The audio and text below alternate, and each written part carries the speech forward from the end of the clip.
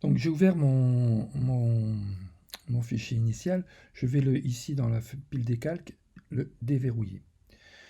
Pourquoi? Pour pouvoir intervenir au niveau de l'opacité, hein, histoire que l'image ne me masque pas trop le travail que j'ai à faire. Donc je vais ici maintenant utiliser l'outil plume.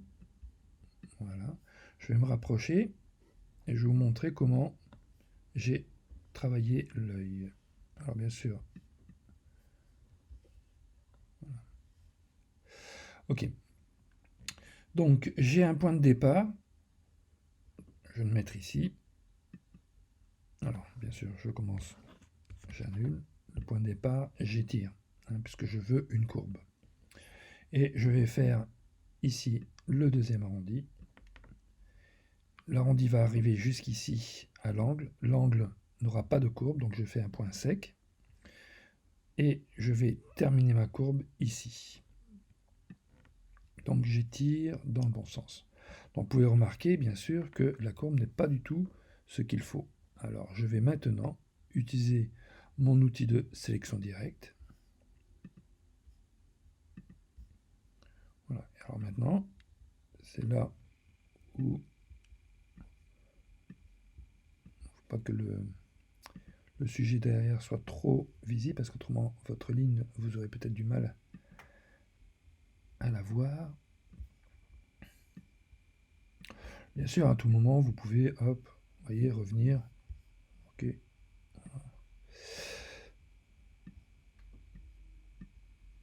Donc on peut à loisir, hein, déplacer suivant la courbe. Voilà. Ok, donc ça me paraît à peu près correct.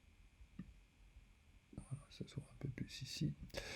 Alors j'ai ici le pli. Alors pour éviter de retracer une nouvelle trace qui s'attache à la précédente, je fais échappe.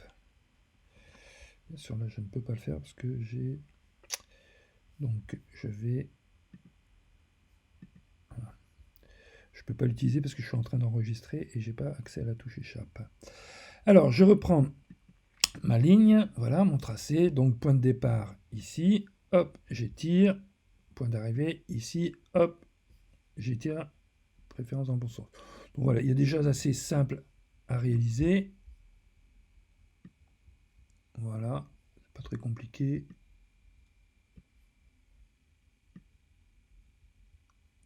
Vous voyez, c'est un outil qui permet quand même, donc là on va pas aller trop loin non plus. Ok, donc voilà, je vais continuer bien sûr avec l'œil.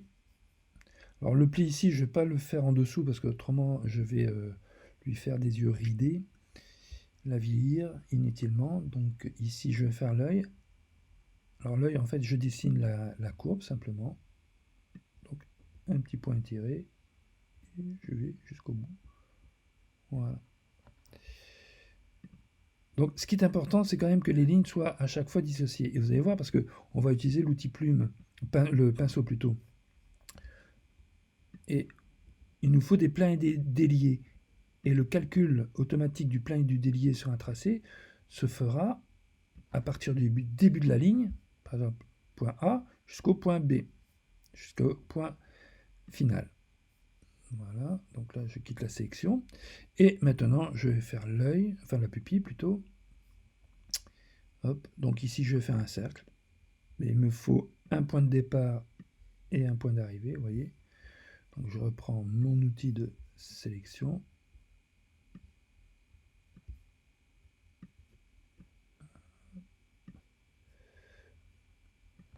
Je vais y arriver. Bah oui, voilà, c'est plutôt celui-là que je dois bouger.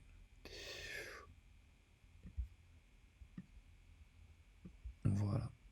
Donc vous pouvez remarquer que je ne ferme pas le cercle, ce qui va me donner un petit peu, vous voyez, ce côté brillant ici de la pupille.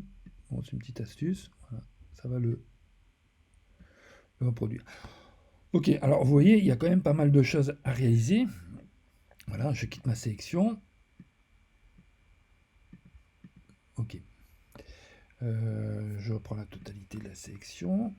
Voilà, j'ai tout de sélectionné. Ici, attention, n'oubliez pas, créer un nouveau calque. Hein. On ne va pas travailler. D'ailleurs, celui-ci, je vais le reverrouiller. Je ne suis pas obligé de le verrouiller. Je ne sais pas si en verrouillant, je n'ai plus accès au... Donc ne peignez pas, surtout, ne peignez pas sur l'initial. Donc voilà. Donc ici, ça sera ma trace. Voilà. Le résultat, bien sûr, de ma trace, parce que mon tracé, il est ici. Hein. Nous avons le tracé qui est ici. Alors, avant de réaliser le tracé, nous modifions ici les propriétés de l'outil plume. Donc moi, je l'ai déjà fait. Hein. J'ai ici pris un rondinette, 20 pixels de diamètre, dureté maximum. Voilà. Et je suis allé dans les propriétés pour vérifier qu'ici, j'ai bien dynamique de forme avec pression de la plume et le mode lissage. Voilà, donc mon pinceau est réglé. J'ai bien ici un nouveau calque. J'ai bien ici mon tracé de sélectionné. Je viens en bas et je fais le contour du tracé. Voilà. Donc je peux quitter, désélectionner mon tracé. Voilà. Et ici, je peux... Voilà. OK. Donc voilà comment vous allez devoir réaliser votre portrait. Alors bien faire un premier test pour vérifier que les traits ne soient pas trop épais, parce que l'épaisseur du trait devra être utilisée pour la totalité du dessin.